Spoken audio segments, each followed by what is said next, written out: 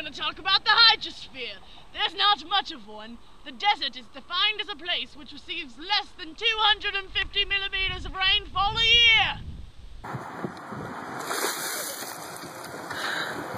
And that, my friends, is a good demonstration of how many inches of rainfall fall in the desert per year.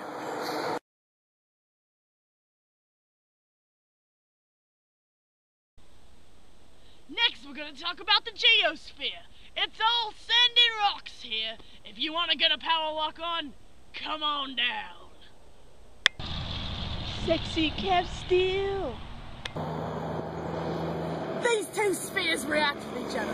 The geosphere soaks up most of the rainfall that makes up for the hydrosphere. Although it's not a huge deal, it's very important to the environment. If it wasn't soaked up, we'd be wet all the time.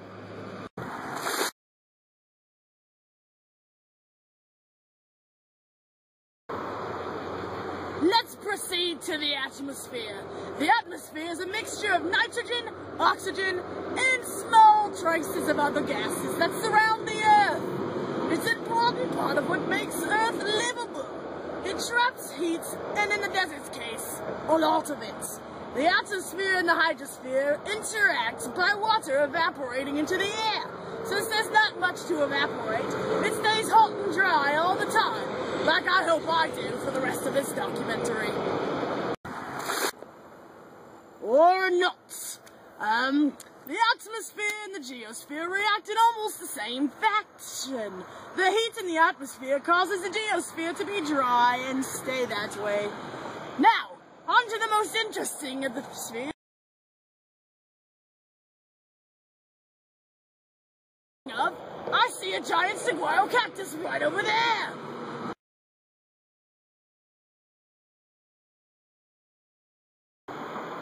Just stunning! I wish I could just run and hug one, if I had a death wish. Oh my! Look at the wildlife in this area! What a beautiful coyote!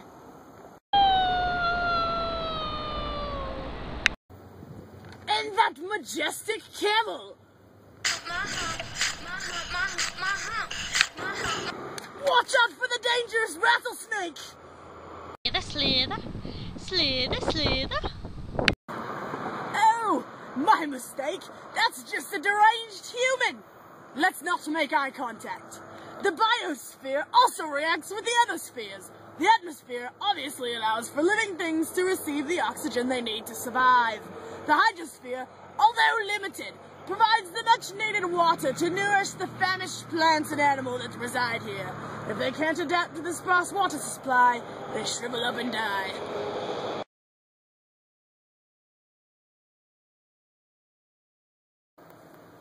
Last but certainly not least, plants grow out of the geosphere, and animals' waste fertilizes it.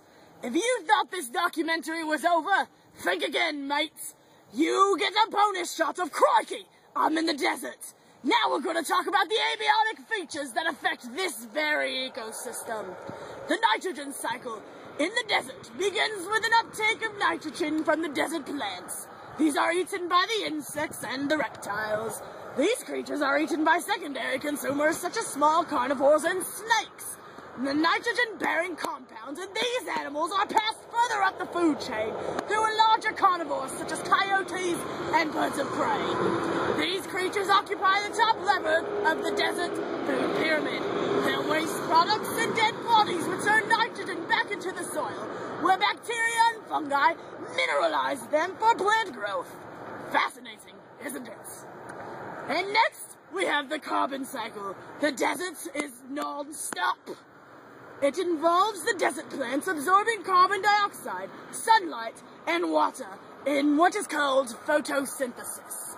When plants wither and die, they decompose, releasing the carbon elements into the soil, which are then absorbed into baby plants. Desert animals also partake in this cycle by breathing out carbon dioxide and decomposing upon death. Heat conduction between particles and sand is poor, so the top layer of sand gets extremely hot during the day. The only cooling mechanism is the radiative heat transfer. This is why the desert is sweltering during the day and freezing during the nights. Well, my fellow desert dwellers, it's time for this mate to throw some shrimp on the barbie. We'll see you next time in Krikey, I'm in the desert.